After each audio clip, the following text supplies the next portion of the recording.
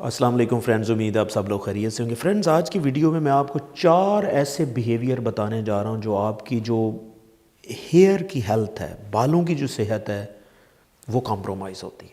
یہ بالوں کی ہیلتھ کا چکر، یہ شیمپو، اچھے صابن، آئلنگ، یہ بھی ضروری ہے، لیکن اس سے بڑھ کے اس کے پیچھے نیورو سائنس، اس کے پیچھے سائیکالوجی، اس کے اوپر آپ کی جو عادتیں ہیں یہ بہت میٹر کرتی ہیں۔ تو اسی تناظر میں آپ کو 4 ایسی عادتیں بتانے جا رہا ہوں جو آپ کے بالوں کی جو گروتھ ہے اس کو ڈیمیج کرتی۔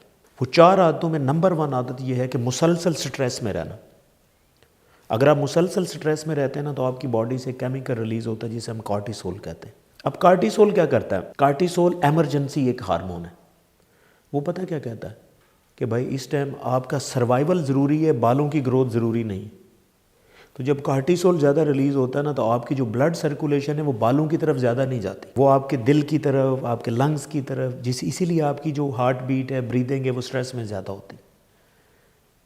تو جیسے ہی بلڈ سرکولیشن بالوں کی طرف کم ہوتی تو بال جو ہیں وہ کمپرومائز ہوتے ہیں آکسیجن سے، آکسیجن پراپر نہیں ملتی۔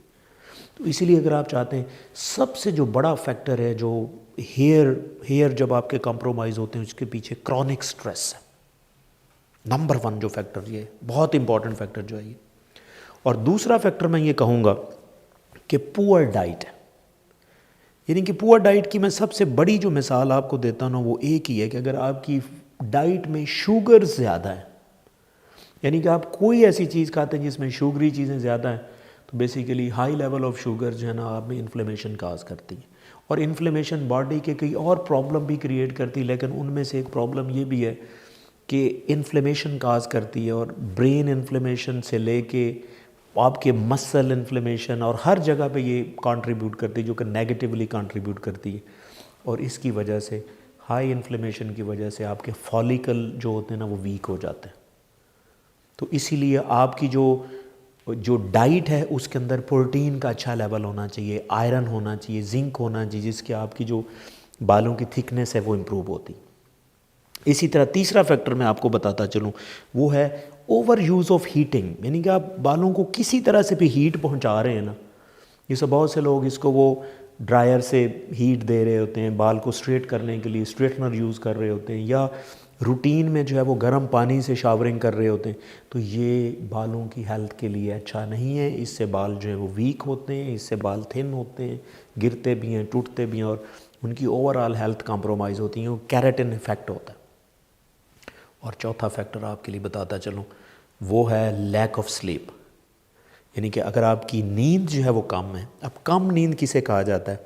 اگر آپ اڈلٹ ہیں اور آپ 6-7 گھنٹے سے کم سوتے ہیں تو یہ آپ کی لیک آف سلیپ۔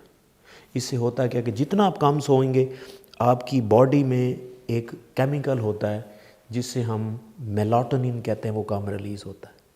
اب میلاٹونین کیا کرتا ہے کہ کم میلاٹونین اگر آپ کی باڈی میں سیکریٹ ہوگا تو انفلیمیشن زیادہ ہوتی ہے۔ اگین میں نے پہلے بھی انفلیمیشن کا پوائنٹ بتایا کہ انفلیمیشن جو ہے وہ ہیئر فالیکل کو ویک کرتا ہے۔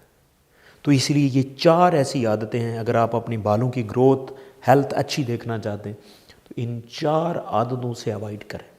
یہ آپ کے بالوں کی ہیلتھ کے لیے نہ صرف لیتھل ہے بلکہ اوور آل صحت کے لیے بھی آپ کے لیے لیتھل ہو سکتے ہیں۔